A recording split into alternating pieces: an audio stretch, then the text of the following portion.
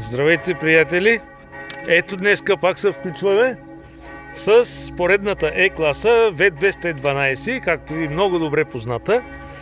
Една от най-добрите E-класи. Така, в момента проверяваме бушоните на автомобила. Дали всички са тук. Ето го и собственика. Собственика сега ще изгори таблото. Така, сега ще ви покажа интериора на автомобила.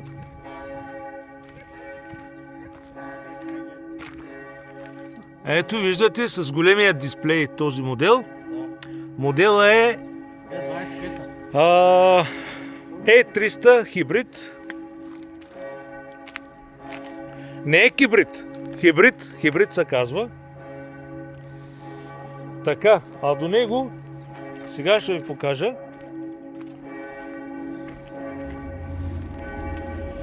И една мечка.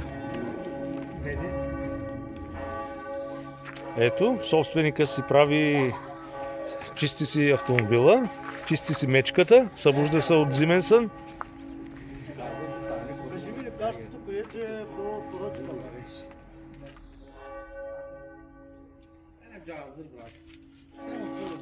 Това е ML500 бензин. Конете не са много, достатъчно са.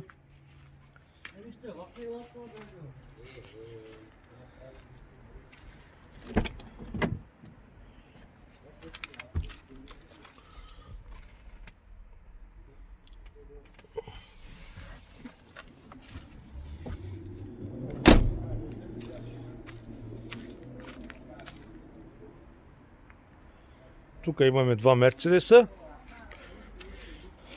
и имаме общи приятели, които се събираме само с Мерцедеси, но в момента ги няма. Можем да кажем, че тук в Германия, в Бад Кройценах, сме се направили един малък клуб, само Мерцедес.